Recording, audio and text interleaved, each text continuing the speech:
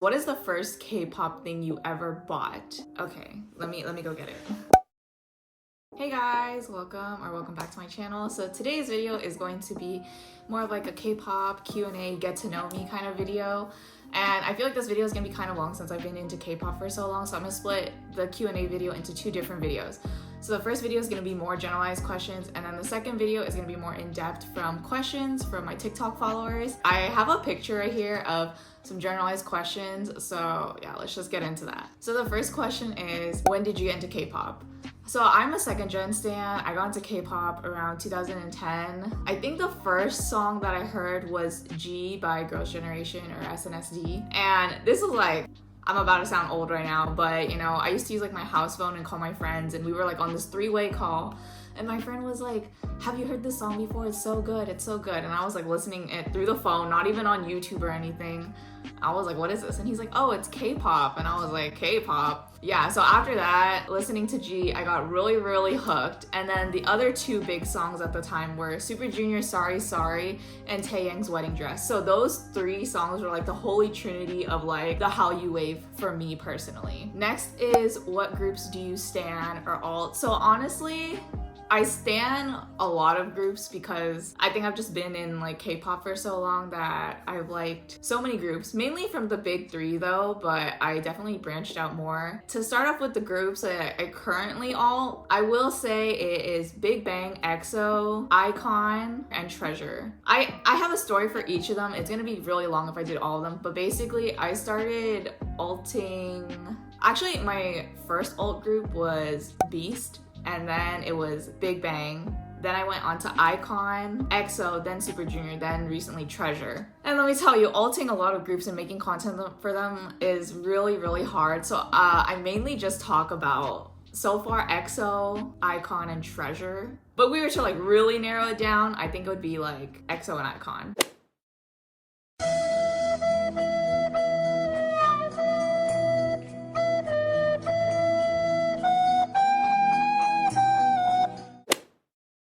So next is, who's my alt bias? So I technically have two, but I've been alting CNBLUE's Jung Young-hwa for a really long time. Like, I'm a really big fan of his acting, and I was really like into bands at the time, and I still am. But my other alt bias now is BI or Kim Hanbin. Yeah, just super big role models in my life for sure. Next is, what is the first K-pop thing you ever bought? Okay, let me go get it.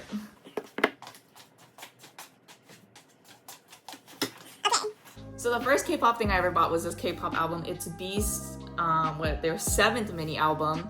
This came out in like 2014, I think, or 2015. Yeah, this was the first K-pop album I bought. This is how you knew that I alted them. Like, I was a K-pop stan and I didn't buy any albums for like 4 years, and then this hit. This album is so good, one of my favorites. Another question is like my K-pop timeline.